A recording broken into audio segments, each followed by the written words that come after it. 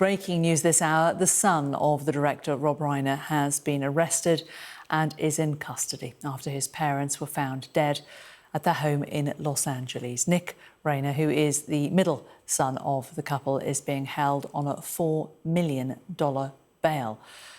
Rob Reiner and his wife were both found dead at their home in Los Angeles early this morning, apparently from stab wounds.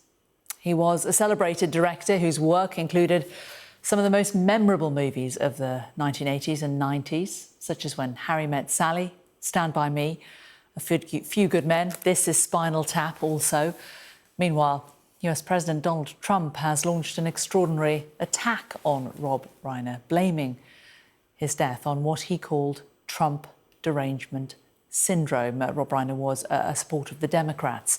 In his post on Truth Social, Donald Trump said, "A very sad thing happened last night in Hollywood.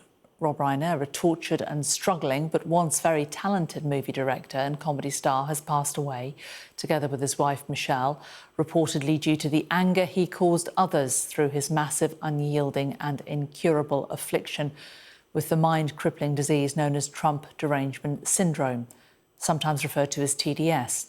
He was known to have driven people crazy by his raging obsession of President Donald J. Trump, with his obvious paranoia reaching new heights as the Trump administration surpassed all goals and expectations, and with the golden age of America upon us, perhaps like never before. May Rob and Michelle rest in peace."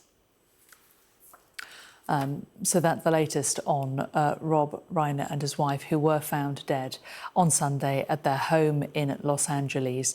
It was a home owned by Reiner, according to the police. Investigators say that they suffered stab wounds, and they had said that a family member is being questioned. And in the last few minutes, it has been confirmed that that family member who has been questioned is their middle son, Nick Reiner, who was 32. He is being held on a $4 million bail. It is known that their son, Nick, had previously battled drug addiction. Let's bring in our correspondent, James Matthews, who can join us from America now.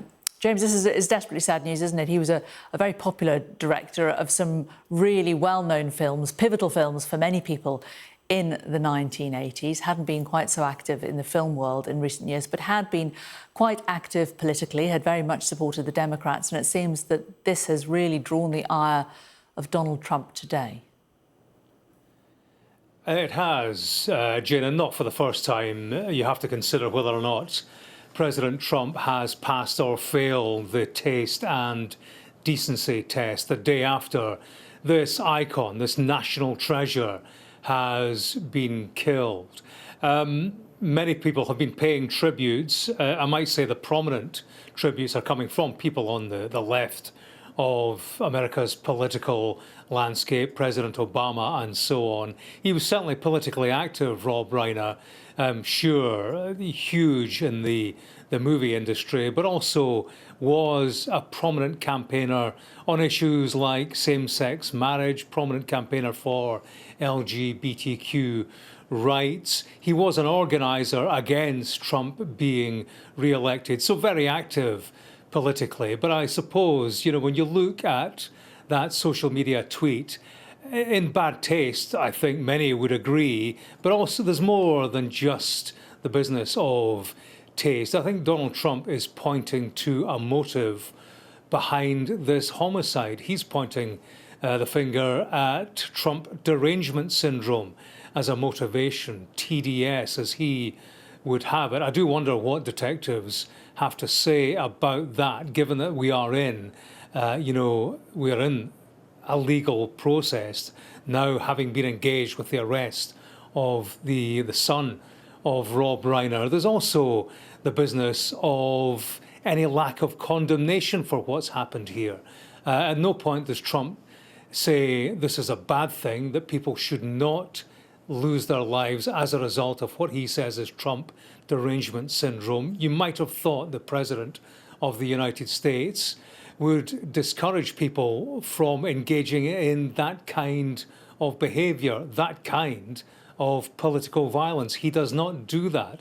And I do wonder how many people would see that as a tacit endorsement of what's happened here. So on a number of levels, there are questions about that particular social media tweet, but overwhelmingly far beyond the social media performance of the president. There is a real heavy sense of mourning in this country at the passing of, as I say, a man who was an icon, who had, a record, real smash hit in the world of movie making, and everybody remembers, when Harry Met Sally, some of the big films and the memorable lines, the script lines that he will forever be associated with. The passing, as I say, of a national treasure, tainted, sullied, I think, in the past hour by the thoughts of the president.